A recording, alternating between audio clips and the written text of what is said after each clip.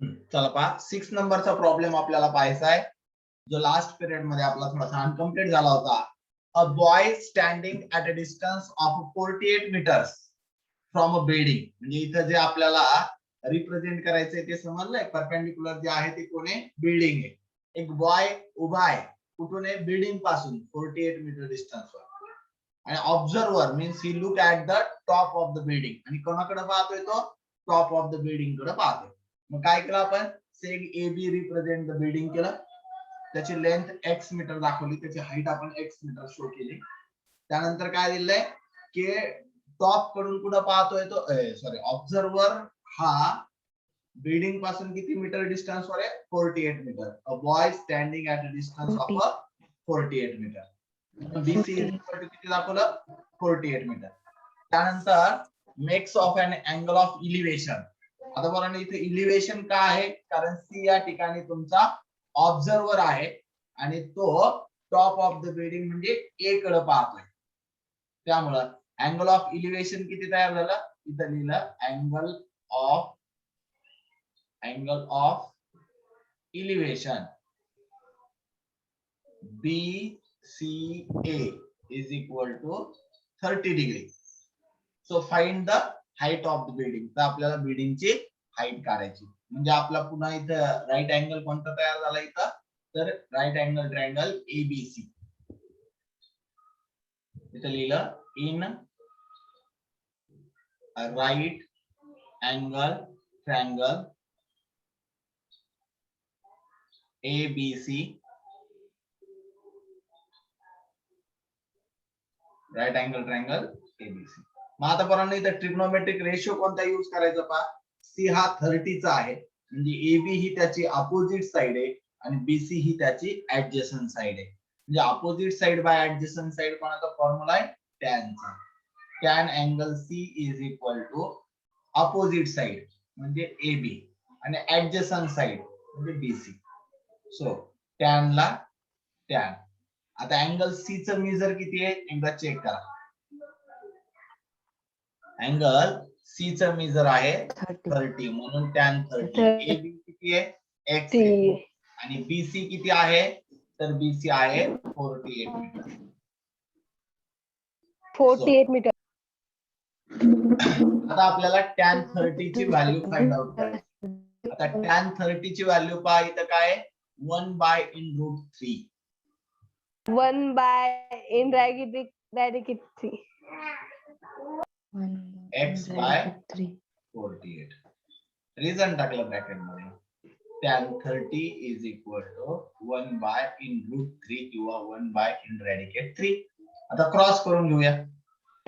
1 into 48 is equal to into 3 into x. 1 into 48 48.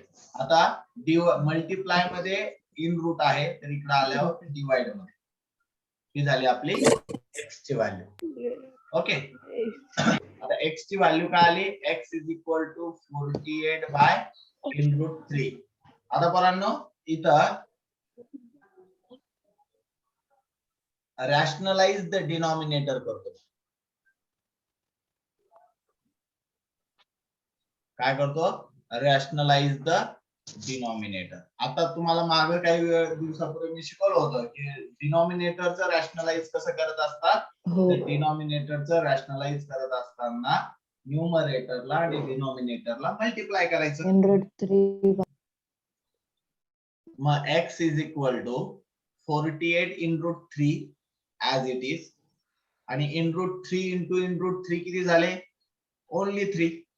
कस काय झाले असे, √3 into √3 किती झाले, √9 झाले. √9 आणि त्याचा स्क्वेअर रूट 3 येतो. ठीक आहे. मग आता ह्या 3 ने 48 ला डिवाइड करायचं. 3 1 जा 3, रिमेनिंग 1 कॅरी ऑन 8, 3 6 जा 80. म्हणजे x ची व्हॅल्यू काय आली, x is equal to 16 in radicat किंवा in √3. मग x is equal to 16 ला 16 इन रूट ची व्हॅल्यू दिलेली आहे, इन √3 ची व्हॅल्यू दिली 1.73. आता या दोघांचं मल्टिप्लिकेशन करायचं.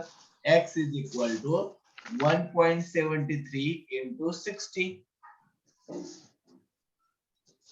करा तुम्ही मल्टिप्लिकेशन. 36.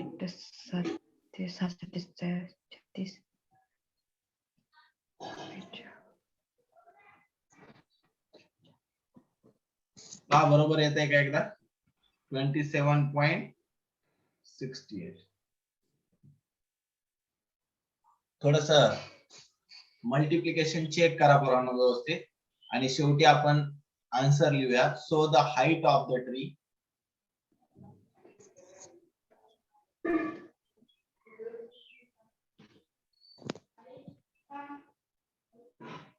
27.68 meter. हे झालं आपला आन्सर.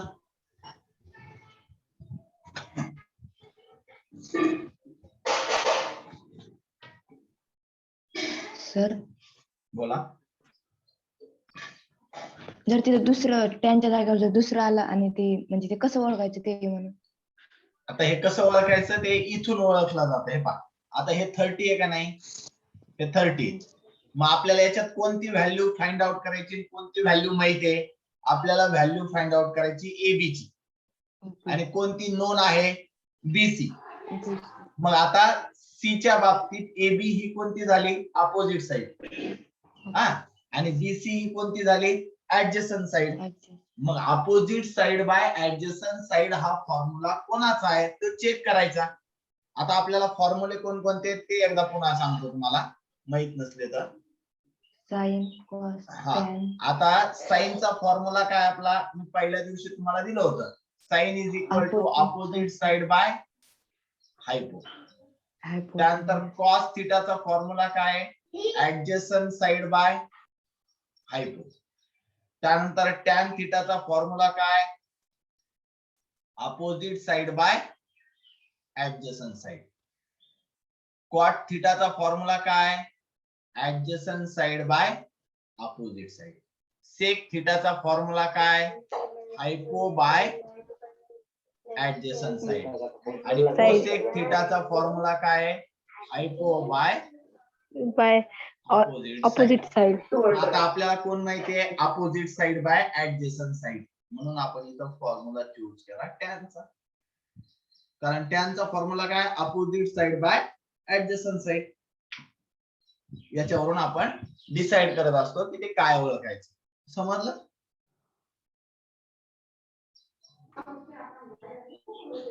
स्क्रीनशॉट घेतो.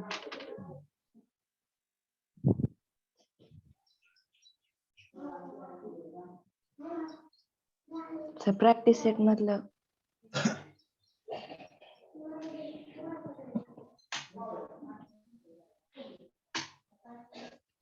याचा स्क्रीनशॉट घ्या.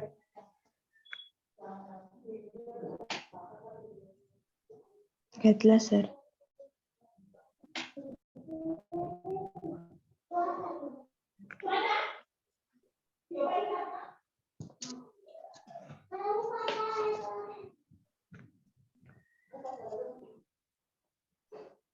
घेतला सर.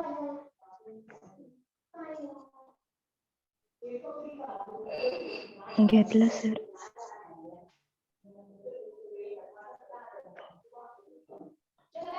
सर सॉल्व एक्झाम्पल बी लिहायचे का 5/10? नाही लिहू नका सॉल्व एक्झाम्पल, पण तुम्हाला सोडवण्यासाठी चांगले येते.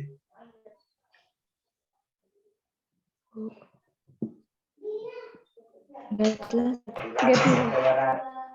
लागत असतं.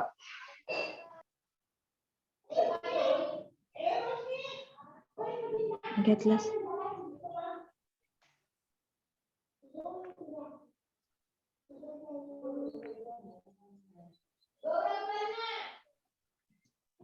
घेतला सर.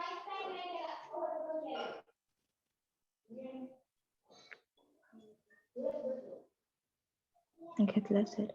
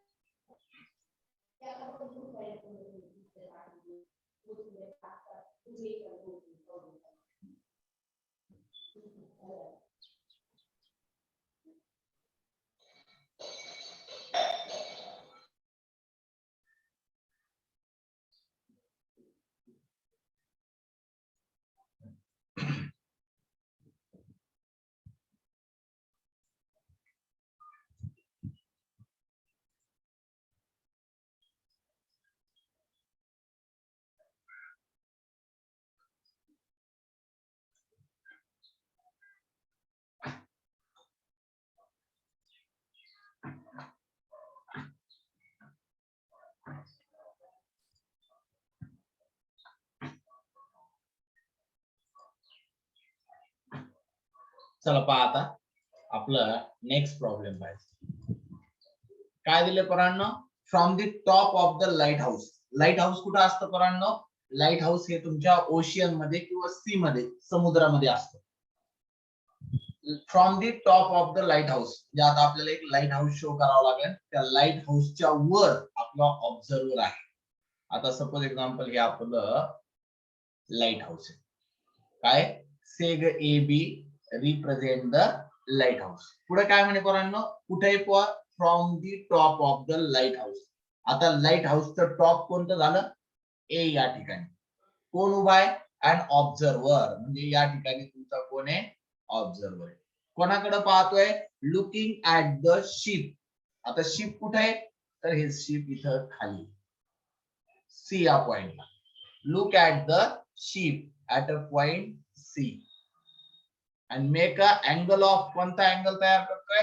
अँगल ऑफ डिप्रेशन तयार करतोय. कितीचा आहे? 60 चा. ओके बर. मग the height of the light house. Light house ची हाईट किती आहे? 90 मीटर. हे लाईट हाऊस आणि या लाईट हाऊस ची हाईट आहे 90 मीटर. काय विचारलं?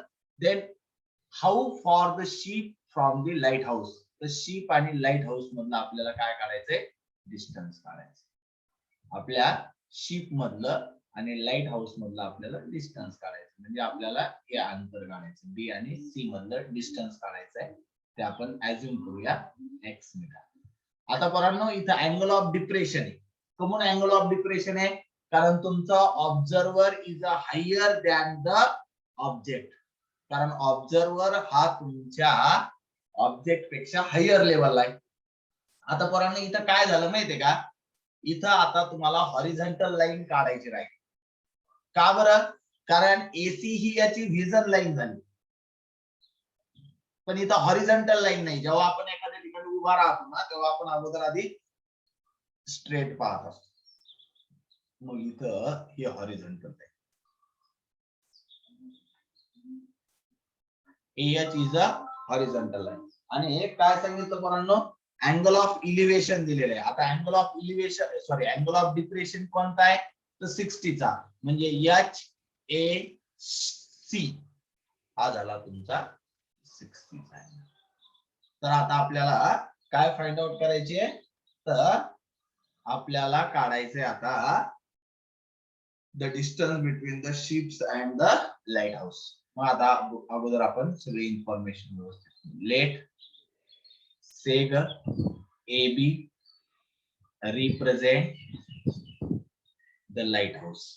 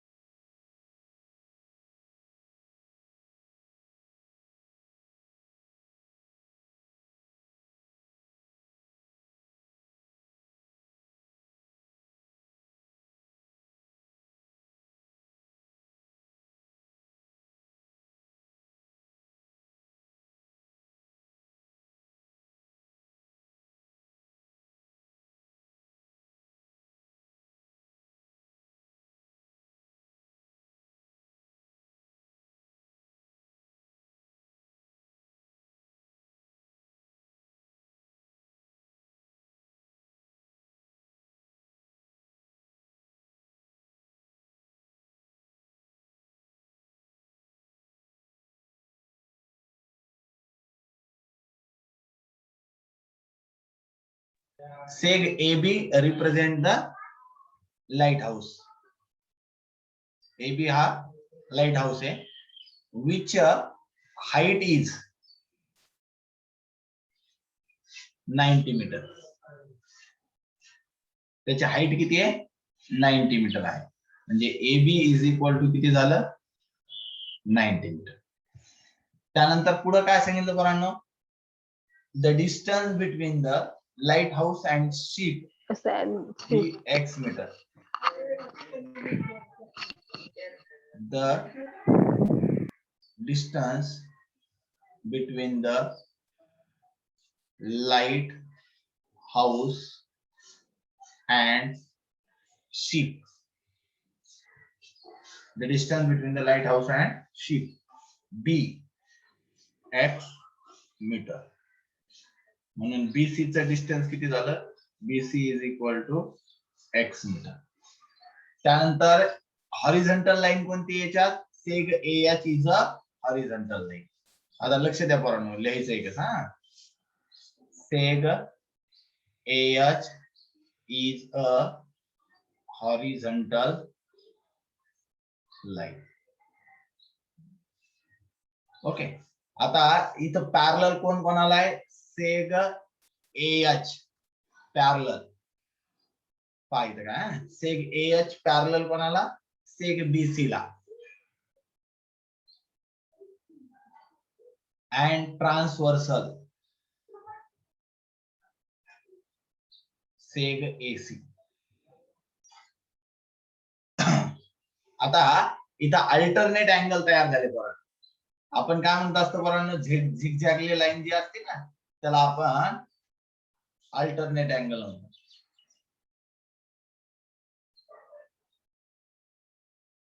आता BC AH ला पॅरलल आहे आणि AC ही त्यांची ट्रान्सव्हर्सल आहे. मग HAC जर 60 चा असेल तर ACB हा सुद्धा कितीचा व्हायला पाहिजे? 60 चा. काय लिहिलं? Angle HAC congruent angle, HAC congruent angle ACB. Reason काय लिहिलं? Alternate angle. But angle HAC किती आहे? But angle HAC is equal to 60. So angle ACB सुद्धा किती झाला आपल्या इथं? 60. HAC 60 चा झाला, मग ACB सुद्धा कितीचा झाला? 60 चा झाला. ओके. आता इथं आपला राईट अँगल ट्रायंगल तयार झाला. कोणता राईट अँगल ट्रायंगल तयार झाला? ABC. So in a right angle triangle ABC त्यामध्ये अँगल ACB कितीचा आहे? 60 चा आहे. आता कोणता ट्रिग्नोमेट्रिक रेशियो यूज करायचा तुम्ही सांगा बरं मला या ठिकाणी. आता हा C60 चा आहे. ही कोणती साइड आहे? AB ही कोणती साइड झाली? अपोजिट. आणि BC ही कोणती झाली? ऍडजसंट. मग opposite side by adjacent side कोणाचा फॉर्म्युला आहे? Opposite side by adjacent. टॅनचा. कोणाचा फॉर्म्युला आहे? टॅनचा. म्हणून tan angle C is equal to opposite side. Opposite साइडचं नाव AB आणि ऍडजसंट साइडचं नाव BC. मग टॅनला टॅन अँगल C चं मेजर किती आहे? 60. AB ची व्हॅल्यू किती आहे? AB ची व्हॅल्यू 90 आणि BC ची व्हॅल्यू x. आता tan 60 ची व्हॅल्यू किती आहे पाहायचं आपल्याला. tan 60 ची व्हॅल्यू किती असते पाहायचं. tan 60 ची व्हॅल्यू किती आहे? in radical 3 In radical 3 is equal to 90 by x. Reason टाकलं इथं. tan 60 is equal to in radical 3. आता करा cross. in radical 3 into x is equal to 90. x is equal to 90 by in root 3. in radical 3. Okay. आता पुन्हा एकदा rationalise the denominator करावं लागेल आपल्याला. बरोबर आहे? रॅशनलाइज द डिनॉमिनेटर करावं लागेल. मग इन रूट 3 ने न्यूमरेटरला आणि डिनॉमिनेटरला मल्टिप्लाय केलं. x is equal to 90 in root 3 by 3. 90 in root 3 by 3 केलं. आता हे तर 3 कसे आले? सिम्पली समजलं. in root 3 into in root 3 किती झाले? सिम्पली 3. आता 3 ने 90 ला डिवाइड करा. 30 in radical 3. x is equal to 30 ला 30 इंटू into 1.73. 1.73. आता यांचं मल्टिप्लिकेशन करा.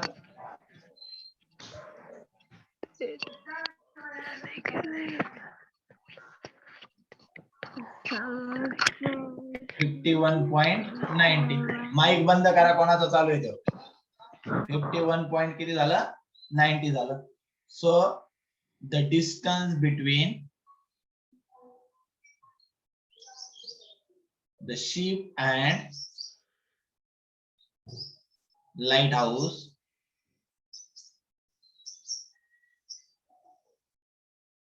is 51.90 मीटर, म्हणजे अप्रॉक्सिमेटली 52 मीटर. कारण हे साइन कशाचं आहे, अप्रॉक्सिमेटलीच आहे. अप्रॉक्सिमेटली म्हणजे अंदाजे, सुमारे. 51.9 म्हणजे किती झाले, 52. त्यांच्यातलं डिस्टन्स किती आहे, 52 मीटर आहे. The distance between the ship and the light house is 52 metre. Okay.